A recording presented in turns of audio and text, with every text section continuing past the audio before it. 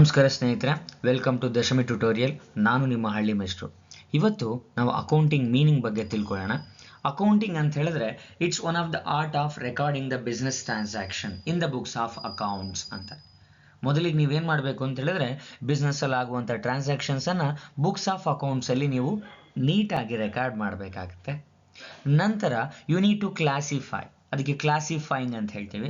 Classify ಅಂತ ಹೇಳಿದ್ರೆ ನೀವು ಆ ಬಿಸ್ನೆಸ್ ಟ್ರಾನ್ಸಾಕ್ಷನ್ಸ್ ಏನು ರೆಕಾರ್ಡ್ ಮಾಡಿದಿರಿ ಇನ್ ದ ಬುಕ್ಸ್ ಆಫ್ ಅಕೌಂಟ್ಸಲ್ಲಿ ಅದನ್ನು ಆಯಾ ಕನ್ಸರ್ನ್ ಲೆಡ್ಜರ್ ಅಕೌಂಟಿಗೆ ನೀವು ಟ್ರಾನ್ಸ್ಫರ್ ಮಾಡಬೇಕಾಗತ್ತೆ. ಅದಕ್ಕೆ ನಾವು ಕ್ಲಾಸಿಫೈಯಿಂಗ್ ಅಂತ ಹೇಳ್ತೀವಿ. ಆ ಕ್ಲಾಸಿಫಿಕೇಶನ್ ಆದ ನಂತರ ನೀವು ಪುನಃ ಪ್ರಾಫಿಟ್ ಆ್ಯಂಡ್ ಲಾಸ್ ಅಕೌಂಟ್ ಮತ್ತು ಬ್ಯಾಲೆನ್ಸ್ ಶೀಟ್ ಅಂತ ನಾವೇನು ಕರಿತೀವಿ, ಅಂದರೆ you need to summarise the result ಅಂತ ಹೇಳ್ತೀವಿ ನಾವು by preparing the financial reports. So ಆಗ ನಿಮಗೆ ಬಿಸ್ನೆಸ್ಸಿನ ರಿಸಲ್ಟ್ ಗೊತ್ತಾಗುತ್ತೆ, ಅಂದರೆ ಪ್ರಾಫಿಟ್ ಗಳಿಸಿದೆಯೋ ಲಾಸಲ್ಲಿದೆಯೋ, ಹಾಗೆ ಆ ಬಿಸ್ನೆಸ್ಸಿನ ಲಯಬಿಲಿಟಿ ಎಷ್ಟಿದೆ, ಅಸೆಟ್ಸ್ ಏನಿದೆ ಅನ್ನೋ ಪೊಸಿಷನ್ ಗೊತ್ತಾಗುತ್ತೆ. ಹಾಗೆ ಆ ಸಮ್ಮರಿ ಏನಿದೆ ಅದನ್ನು ಆಯಾ ಕನ್ಸರ್ನ್ಡ್ ಯೂಸರ್ಸ್ ಅಂತ ಹೇಳ್ತೀವಿ ಅಥವಾ ಇಂಟ್ರೆಸ್ಟೆಡ್ ಪಾರ್ಟೀಸ್ ಅಂತ ಏನು ಕರಿತೀವಿ ಅವ್ರಿಗೆ ನೀವು ಅದನ್ನು ಕಮ್ಯುನಿಕೇಟ್ ಮಾಡಬೇಕಾಗತ್ತೆ.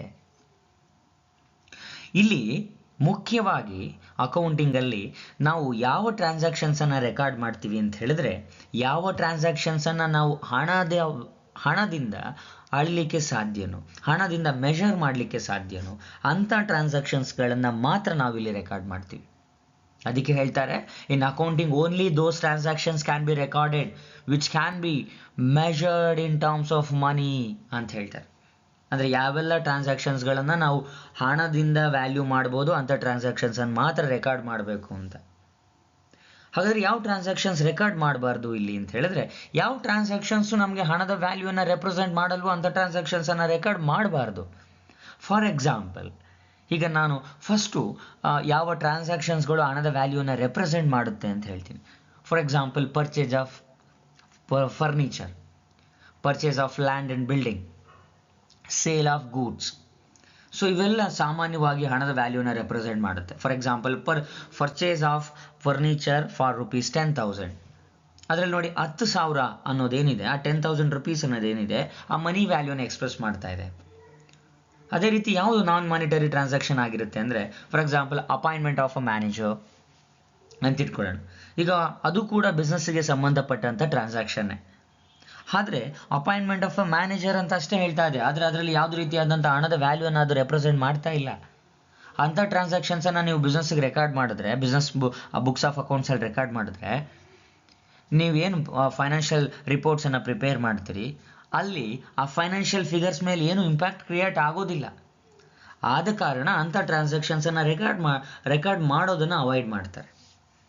ಹಾಗಾಗಿ ಇಲ್ಲಿ ಅಕೌಂಟಿಂಗಲ್ಲಿ only those transactions can be recorded which can be measured in terms of money ಅಂತ ಹೇಳ್ತೀವಿ.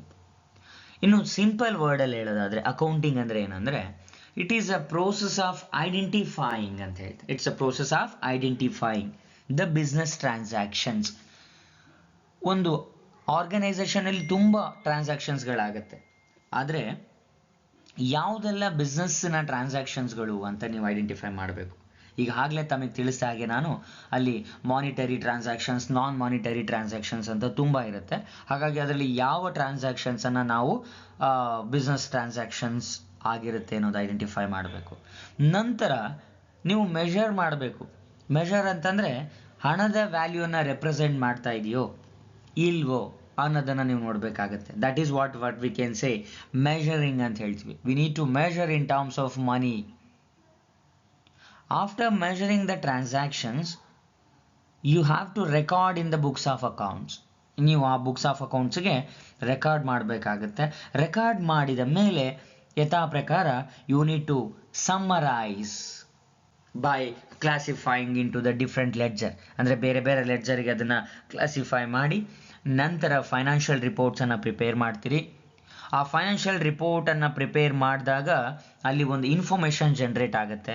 ಆ ಇನ್ಫಾರ್ಮೇಷನ್ ಅಂತ ಹೇಳಿದ್ರೆ ಬಿಸ್ನೆಸ್ಸಿನ ರಿಸಲ್ಟ್ ನಿಮಗೆ ಗೊತ್ತಾಗುತ್ತೆ.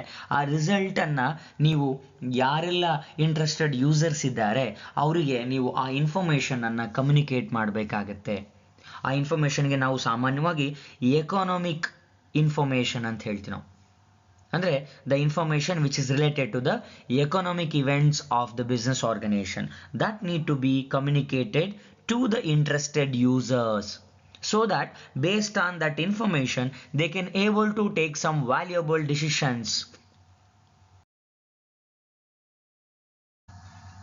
ಥ್ಯಾಂಕ್ ಯು ಫಾರ್ ವಾಚಿಂಗ್ ಸ್ನೇಹಿತರೆ.